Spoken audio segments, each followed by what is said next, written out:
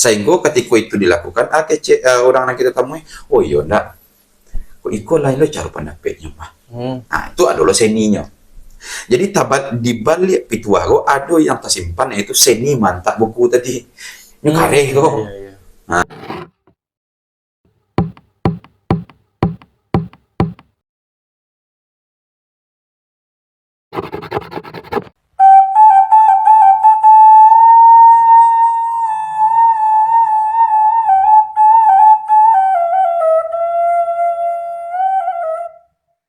Assalamualaikum warahmatullahi wabarakatuh. Waalaikumsalam warahmatullahi wabarakatuh. Dan sana dimanapun berada, baik di kampung maupun di perantau, kini Ujang laba sobok balik sama Sultan untuk menanyakan hal yang patut ditanya, menyurahan dan patut disurahan. Jadi turun tua dan sanak salua, ikutilah, semoga acaraku bermanfaat bagi dan sanak saduna. Assalamualaikum Mak. Waalaikumsalam. Le sehat Mak? Alhamdulillah. Jang ba kembali sehat. Sehat Mak. Alhamdulillah sehat Mak. Alam mulu ndak sebut dah Jang. Ya, lalang mulu ndak disurahan banyak yang penting. Surahan kau Mak. Pokok masurah itulah sebenarnya lain ndak salah surahan mak nuweh. Lain ndak salah wiko. Itu tergantung penonton sinema Mak itu. Ya karena pas surahan go lain ada suri-surinya kan. Tapi setidaknya alhamdulillah kok lain mudah-mudah ni obatannya. Itulah jalannya. Ya, Mak. Kok luponya bisa diingat kan. Kok salahnya bisa dikanan. Ya. Nangka jangan tanya tu. Jadi menikah Mak. Lah ada beberapa catatan dan Ujang kumpulan Mak. Ya. Mengenai beberapa pituah Mak yang perlu rasanya untuk disurahan dan untuk disurahan tadi lah Mak, untuk awak bersama lah. Iya. Jadi ada yang mereka Mak tuahnya Mak. Boleh ayah kapan puluh, boleh kata dia mufakai. Kalau mufakai kok Ujang lah tahu Mak. Tapi nan boleh ayah kapan puluh, boleh kata dia mufakai kok apa maksudnya? Boleh ayah kapan puluh, boleh kata dia mufakat. Iya. Pada bentuk lainnya ada yang menyampaikan boleh ayah dek pambuluh, boleh kata dek mufakat. Itu kan sabalun dilanjutkan bersurah namanya. Iya Pak. Sebelumnya tentu tak mau nama gua. Pokoknya itu penyurahan gua lu tentu betul, lu tentu benar. Tapi dicoba-coba karena sesungguhnya dalam memahami pituah-pituah Minanggo, balik kita ke alamnya, ke alam awak. Untuk pituah boleh air dek pambuluh, boleh kata dek mufakat. Nan buluh atau pambuluh lain tahu Jang. Buluh tahu Mak, pembuluh tahu lah. Ya pambuluh tu kan kalau mode kini bah untuk palaluan air tu paralon. Ya. Kalau dahulu tu orang tidak memakai paralon dah. Tapi buluh tadi itu yang dipakai atau pembuluh yang kemudian dipotong buluh tadi menjadi pembuluh. Ada yang batuang. Ya. Ada yang mungkin disebut talang. Ada juga dipakai di orang awam macam-macam lah. Tapi intinya iko adalah tumbuhan itu yang kemudian inyo bapolongan di tangan, ado anunya tangan, ado gawangnya. Ado ruweh ibuku. Kita ambil pada pelajaran alam yang sehari-hari kini terjadi. Mungkin dalam kehidupan sehari-hari go akan banyak berbagai pendapat dan berbagai pemikiran. Mungkin ada yang berpikir terhadap contoh gini kah, awak mengecekkan galih kah, galih go kalau biasanya diisi jo air putih misalnya kah, tu orang banyak yang protes karena cara pandang beda-beda. Keceknya ia bening. Oh iya. Kecek yang lain ikut air putih. Nang keceknya air mineral misalnya, macam-macam. Ya. Pendapat dan macam-macam tadi itu bisa disatukan melalui kata mufakat, musyawarah mufakat. Jadi makna pituah ko mengatakan bahwa musyawarah dan mufakat tadi bisa menyatukan atau membulek atau mengarahkan ketibonya satu pendapat yang bersama-sama disepakati. Bermacam bagai pendapat disepakati, disempurnakan dengan bermusyawarah, kemudian diambil keputusannya. Nah, itu pada umumnya. Ya. Namun dibalik pada itu, ada sagetek mungkin bisa dipadalam.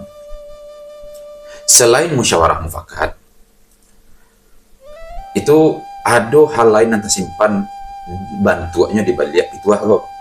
Apa tuh, Mak? Dalam pituah kok dikatakan dipakai buluh. Mungkin Ujang tahu jo bahwa buluh yang dipakai kok ada ruweh, ada buku. Ya, pasti ada. Ruweh je buku tadi itu, nan ruweh adalah bagian yang bagolongnya, baruangnya, barongga. Nan buku pembatih-pembatih ti rongga tadi. Oh iya, oke.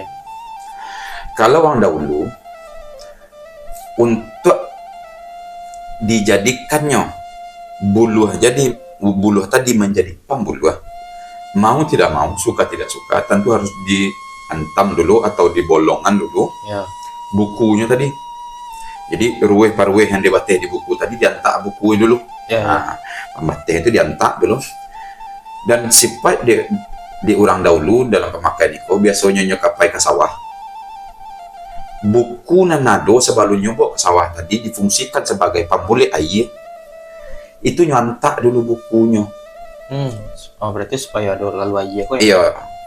Biasanya misalnya batuang atau buluh tadi ada misalnya gak 3 ruweh atau 4 ruweh. Di rumah biasanya orang dahulu tuh diantaknya dulu buluh tadi. Biasanya ditinggalnya C atau 2 ruweh. Oke. Iko nyetinggalnya tujuannya apa? Biko bisa jadi buluh tadi itu pas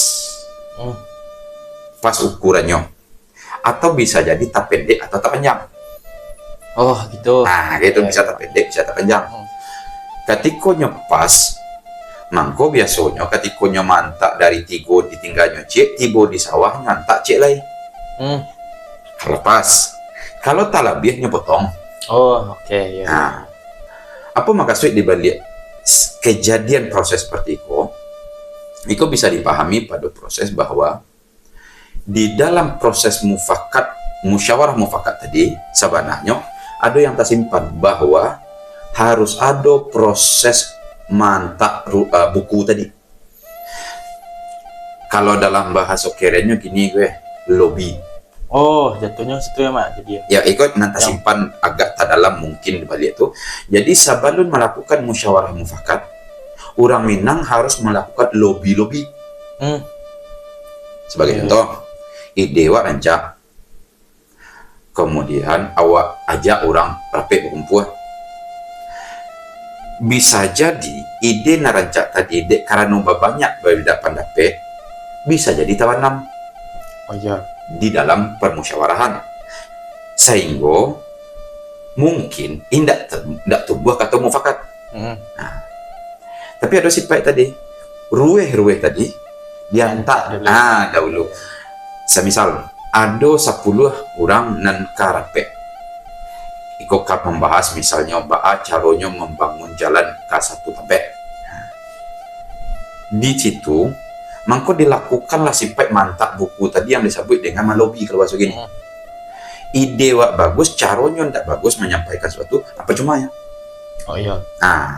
Dilakukanlah lobby, di lobbynya, tapi lobbynya pun dengan cara tapi juga beradab, ada cara. Sebagai contoh, misalnya ditemui orang tua, mak, tentang jalan yang tadi buat rencana mak, pendapat mak. Di saat itu mungkin awak kamangican pendapat awak, tapi di situ didahuluan orang dulu udah ragu orang. Ya. Lebih namanya. Gitu kan.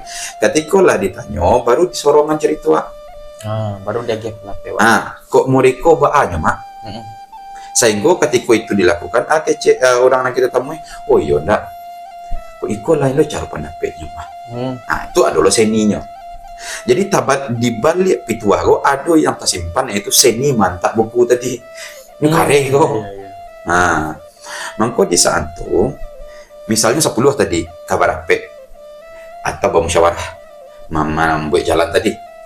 Misalnya dari 10, salapan lah kita coba tamui dan rupanya diterima je penapek wak.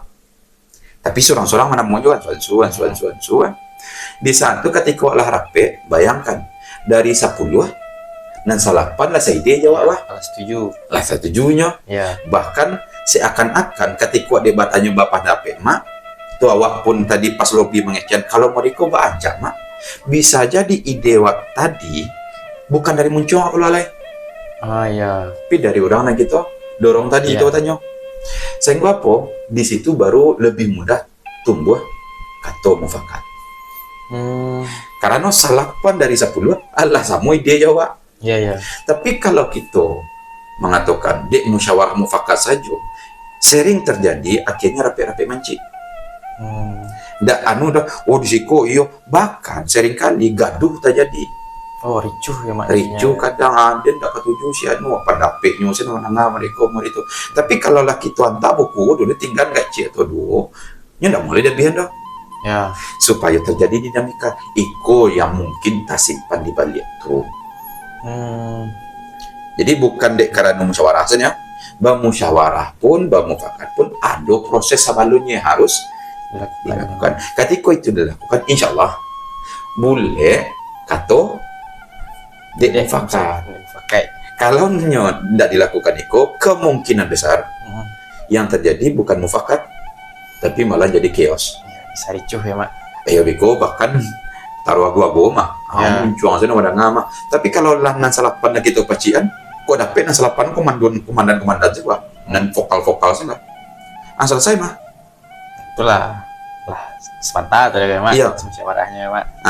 Iya itu. Berarti dalam je ya mak. Tafsiran dari tuah kok mak itu.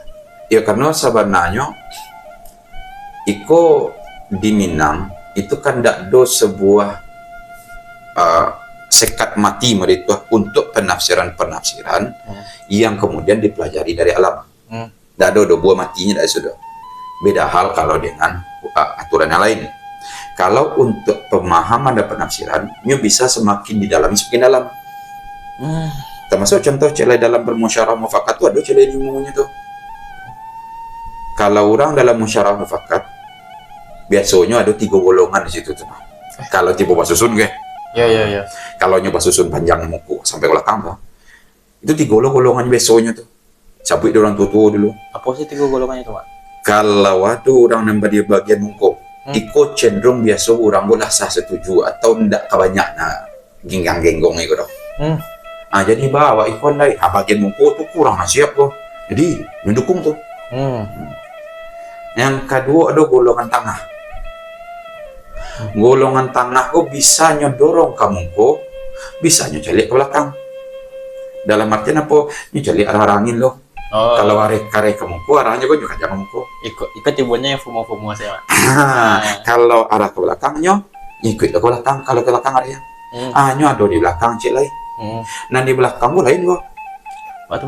Nah di belakang gue sabananya kalau seorang yang pandai berdiplomasi dan harusnya kaja capek adalah di belakang, karena di belakang gue kadang ikut cek mah juang saya ngecek ya. Tugas CME kadang-kadang Mak. Kadang mencime kadang ngecek inyo nu cek pandainya kerja indah dah.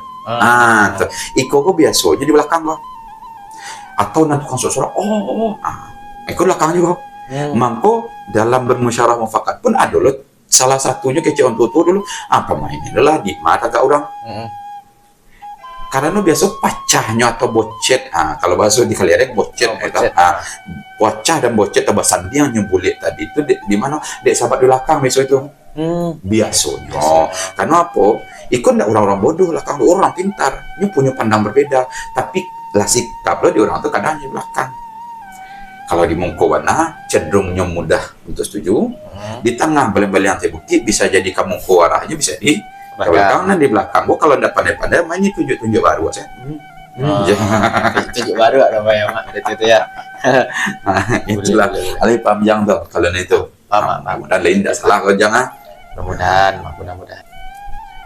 Dan untuk sanak sadonyo, jangan lupa untuk di like, di komen, dan di share supaya sanak lain bisalah dapat juga gitu manfaat dari video yang telah dibuat kamu buat kok. Mungkin sekian dari kami tim Salok Kreasi. Kami pamit undur diri. Sampai jumpa di video selanjutnya.